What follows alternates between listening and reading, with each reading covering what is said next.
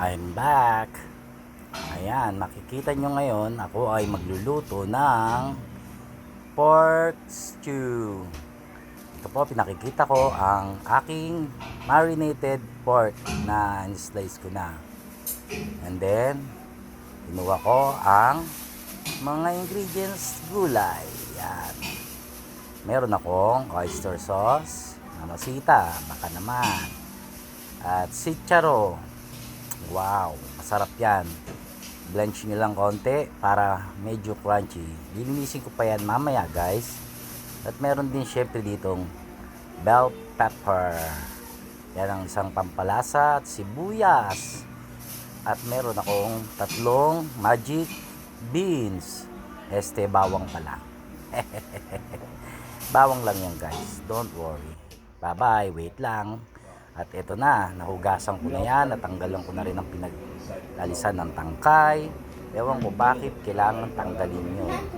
Siguro matigas yun. At yan. Hihiwain ko na ng maliliit ang bawang para pino. Hindi naman pinong-pino. Kundi medyo pino lang. Para paggisa mamaya.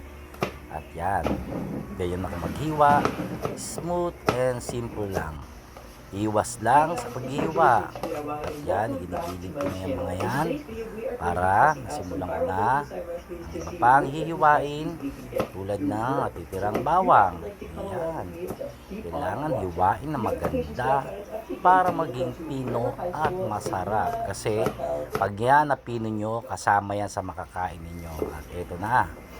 Nagmagic bigla at inihiwa ko naman ngayon ang mapagpaluhang gulay, ang gulay na nagpapaiyak kahit wala kayong broken hearted. Ayan, at natatawa ang katabi kong si Pango na baboy, ang aking anak. May reklamo pa siya, may pahumum pa siya. Yan, nililinis ko maigi para pag hiniwa ko siya, idadice ko lang siya ng maliit. Hindi naman kailangan pinong-pino guys, kailangan lang ay medyo pino. Yan, tulad rin ng bawang, pero mas pino ng konti ang bawang dyan para masarap siya at matitikman ng maraming linamnam. Yum, ping. At yun na nga guys, nahugasan ko na rin yung bell pepper at hihiwain ko yan sa gitna at hihiwain ko siya ng pa-strip. Tatanggalin ko muna ang kanyang mga buto dahil hindi kasama yan sa lulutuin. Baka mamaya ay magiyang linga.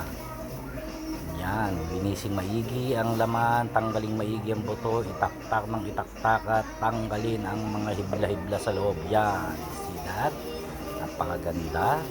At ang aking kinuwang bell pepper ay magkahalo ang pagkapula at pagkaberde. See? Very clean guys, very clean. At yun na nga, hindi ko na nahiwa pa sa inyo. Yan, gigisahin ko na ang bawang para masarap siya. Tandaan nyo guys, ang paggisa ng bawang ay umaroma lang siya. Siguro mga less than a minute at medyo magkaroon ng konting brown. Pwede na siyang isunod ang sibuyas. Ayan, sinunod ko na ang sibuyas dahil para mabango na rin siya. At ganun din ang sibuyas guys. Pag siya ay inyong niluto, hintayin nyo lang na mag-translucent ang kulay niya at good na yon. Pwede nyo nang isunod ang dapat na isunod. Yan. Mix lang. Mekos. Sabi nga ni Mr. Nobody, mekos. At eto na, magic. Ilalaglag ko na ang aking marinated pork strip. Actually, parang hindi strip siya eh. Parang slice ko ng maninipis na may pagka kudrado na ewan ko, basta bahala na kayo. Dahil pag yan naluto, pag kinain nyo, masarap talaga yan guys.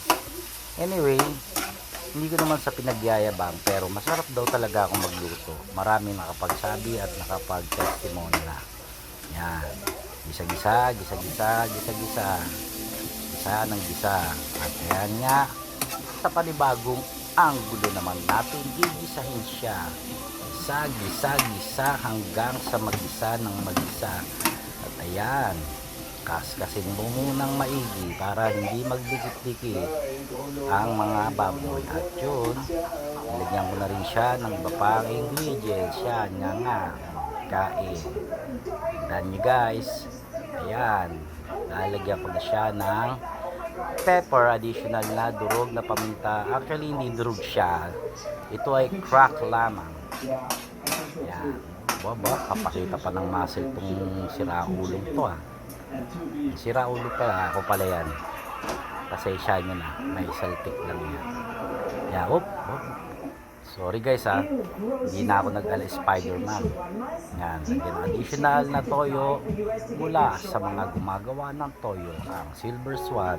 Yan, oops, okay, style effect. At nilagyan ko na ngayon ng tubig mula sa nawasak na pamilya, SMB pala.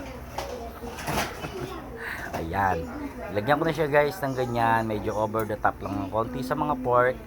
At ito ay akin nang hahaluin konti para lang magpantay-pantay sila. Ayan, para nasa gitna lang siya at i-flat, and then tatakpan ko na siya. Antay ko na siyang kumulo.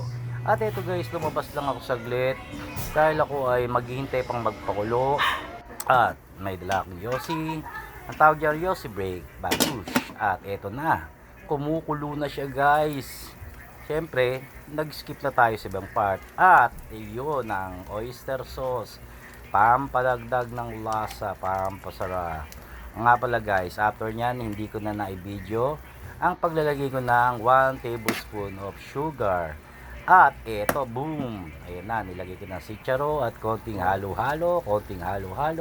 Hindi uyuhan na halo-halo, kundi gulay yan. At nilagay ko ng aking niwang bell pepper na na-strip ko na siya. Yan, nakita nyo na, nag-ano na siya, nagbawas na ng kanyang sabaw.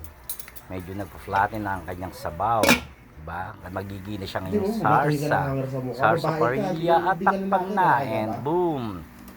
Ayan na guys, luto na siya. Luto na siya. Masarap na. At kami ay kakain na ng dinner.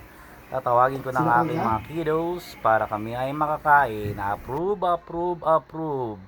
Yummy. Bye-bye.